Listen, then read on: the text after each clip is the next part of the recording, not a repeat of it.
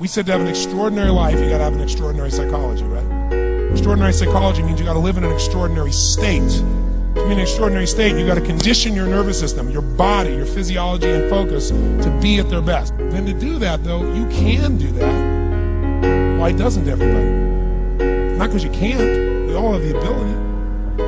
It's because of our standards. Think about your own life. I know there have been areas in your life where some point in time you just shifted and you raised the standard and your life changed. Because whatever people have their identity attached to, they live. We live who we believe we are. My journey from here to there was lonely. The reason?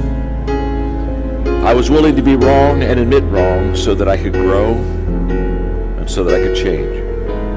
You see, growth is a result of bad habits dropped, wrong priorities changed, and new ways of thinking embraced. It happens only when we question ourselves enough to ask serious questions from others. The people who do not grow are unwilling to ask themselves or others hard questions.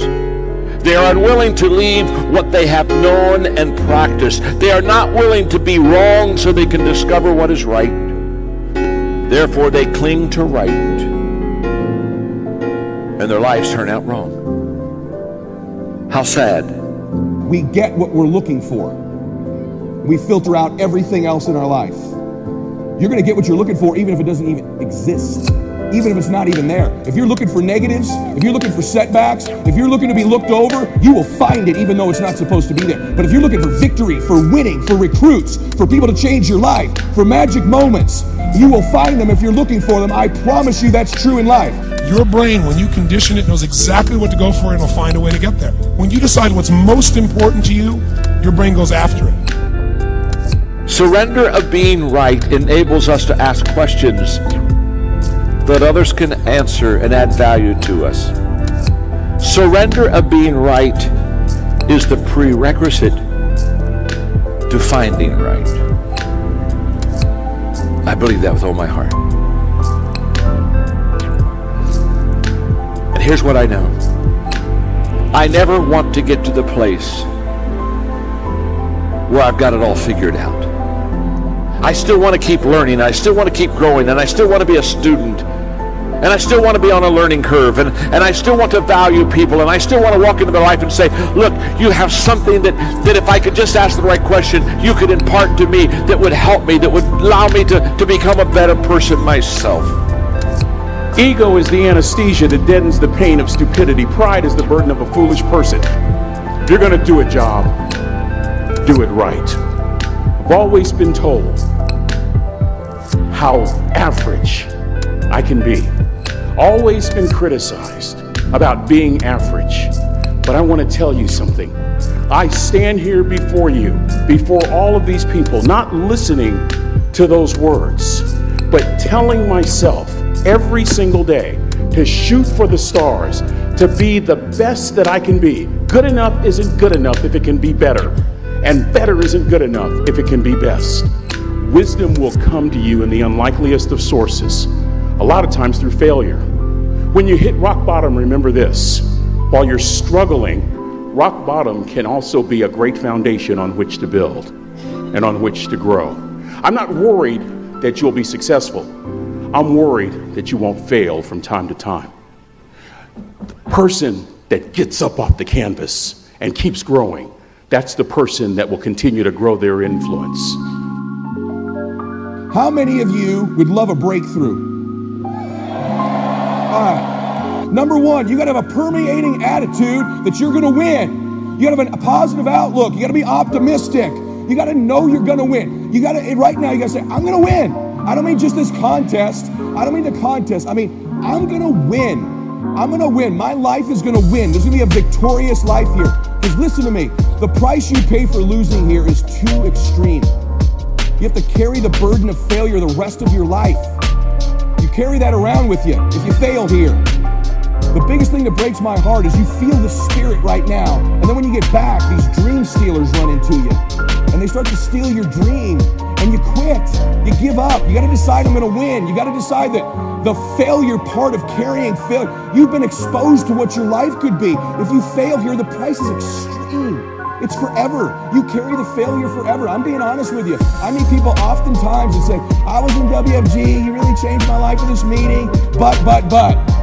And they put their heads down. They've been carrying it. They carry it. They see these Facebooks and Instagrams and what we're doing. You got to know you're going to win. You got to sell out. Yeah, I'm telling you, you got to become a sellout. You need to sell out. You need to get obsessed. You got to get relentless. You got to be a road dog. You got to get intense. That's what you got to do. There's some dream stealers. You need to look out for these 4. I don't want them to happen to you. You ready? Say yes. Dream stealer number 1 that'll take you out of here. Lack of confidence or faith. Lack of belief. It'll steal your dream. You got to know you're going to win. You got to have some faith. These people sitting around you right now, they're whispering to you, you can do this. I believe it. Just like when you were a little boy. Just like when you were a little girl. They've always believed in you. They've always known you were going to do something special. They always knew you were great. You need to know it. You need to take that God that's sitting there with you and those precious souls that have passed, that have always believed in you, and you carry them with you everywhere. They're with you anyway. Acknowledge them. If you don't believe that, honor them. Honor God. Honor these people who believed in you with your magnificent life. Honor them. Don't give in to lack of belief, lack of confidence. Don't ever do that again. Don't do it in WFG or out of WFG. You were made to do something great. You're special. You were made in the image of God. Something awesome is supposed to happen for you. And those of you that have made something awesome happen, something even more awesome is supposed to happen for you.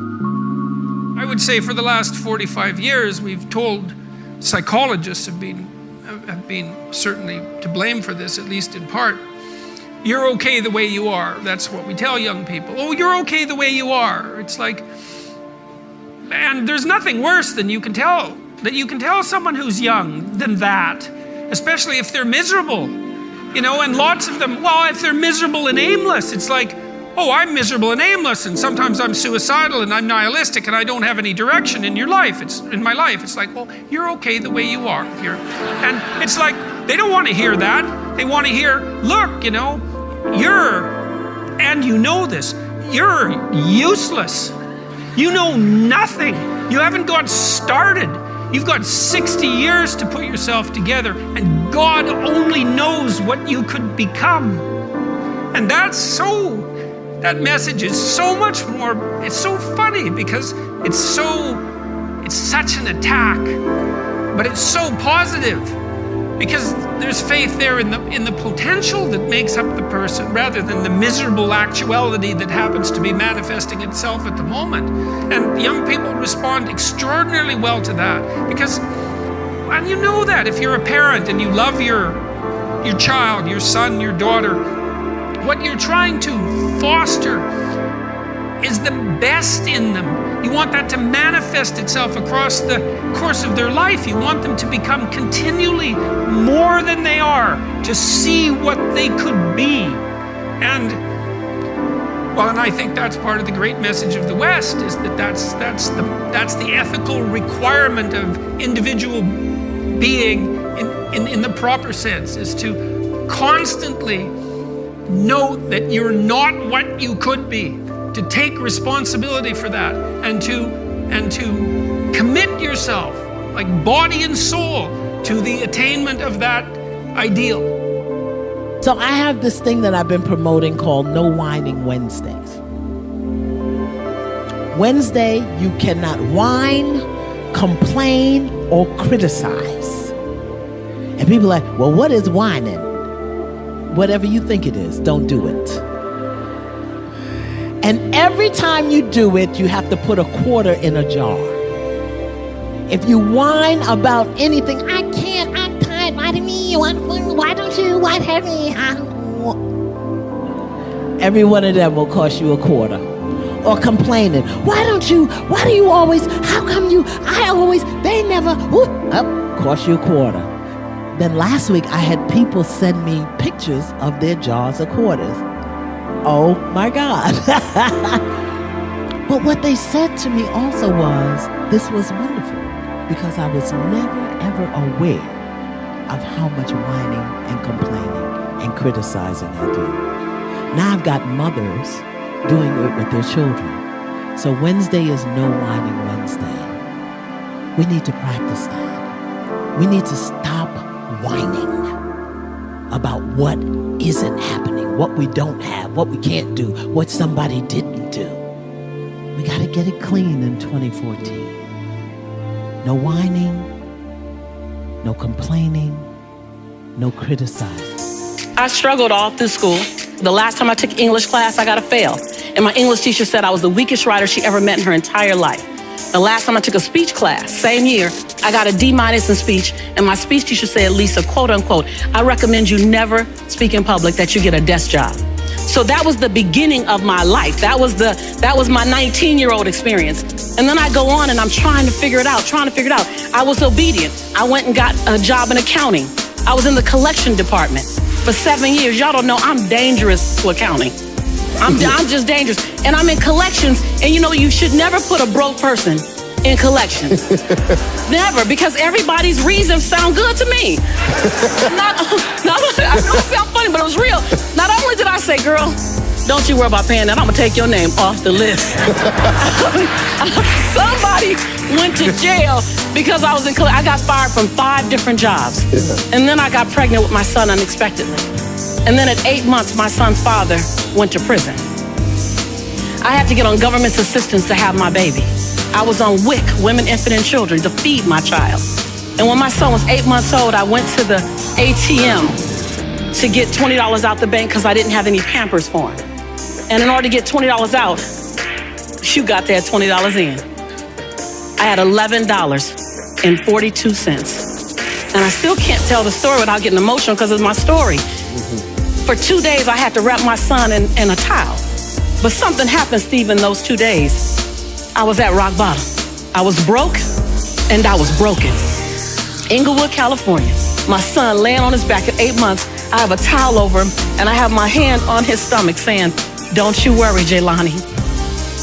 Mommy will never be this broke again. And I made a decision. I was bankrupt. And every stinking thinking I had, I was bankrupt in trying to protect my pride. I was bankrupt in trying to be all that in a bag of chips and a bowl of grits, falsified. I was bankrupt in trying to not ask anyone for help. I was bankrupt in everything that was holding me and keeping me where I was. I've always talked a good game, but I wasn't doing anything with my gift. And all that thing about potential, I was tired of having potential. I wanted to have my now. And I looked at that baby at 8 months and I said, I want to transform your life. Because you didn't ask to come into this chaos. As an African-American male child in South Central Los Angeles with a single mother whose father's in prison, he had a 66% chance of going to prison himself. Not on my watch. Not on my watch. So if I have to be willing to drastically transform myself so that I can become the woman that I know I can be. Right. And that's what I began to do. I was radical. What did you do, Lisa? What did you do to change your life? First, I realized I couldn't grow with people who were struggling like me. That whole, I don't want to leave nobody behind. No, I don't want to stay with y'all. Right. You don't even want to be here. Yeah. Like, I don't want to be the queen of this block. Yeah. And I became okay with the fact that it doesn't make me any less committed to my community, committed to my culture, committed to my family. The best thing I can do for you is not stay here with you. That's right. When I've got that, I went to places I'd never seen before. I went to conferences where people were talking about money, talking about prosperity, talking about, it was like, no habla español. What y'all talking about? ROIs and PPMs and term agreements and capital fundraising and bottom lines and what is it? I'm gonna stay until I learn what you're talking about. I went to the same conference 42 times. And there I raised $532,000 in capital for my company, Start My Dream. And my dream was to transform teen lives. I want to teach teens how to fall madly in love with themselves and how to make integrity-based decisions. And I got it funded and I started working. And that was the beginning of me rescuing myself. I realized that I am my rescue. No one else is my rescue. I am my rescue.